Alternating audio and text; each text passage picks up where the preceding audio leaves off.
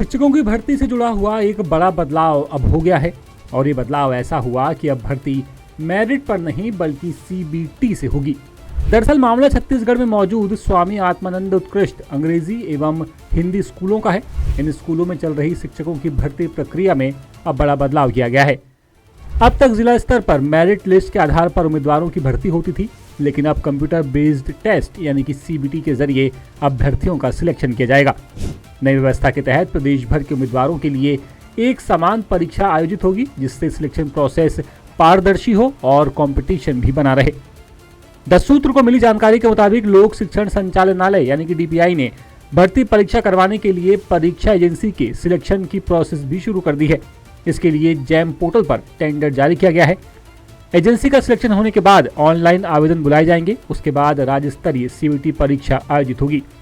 बता दें कि अब तक स्वामी आत्मानंद स्कूलों में भर्ती जिला लेवल पर तैयार की गई मेरिट सूची के आधार पर होती थी। अलग अलग जिलों में अलग अलग सिलेक्शन प्रोसेस होने से कई तरह की विसंगतियां भी सामने आती थी। नई व्यवस्था में सभी अभ्यर्थियों को एक ही परीक्षा देनी होगी और राज्य लेवल पर मेरिट के आधार पर नियुक्तियां दी जाएंगी।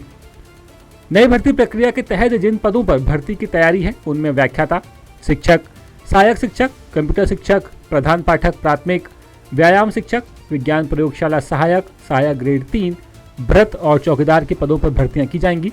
भर्ती प्रक्रिया का संचालन लोक शिक्षण संचालनालय करेगा।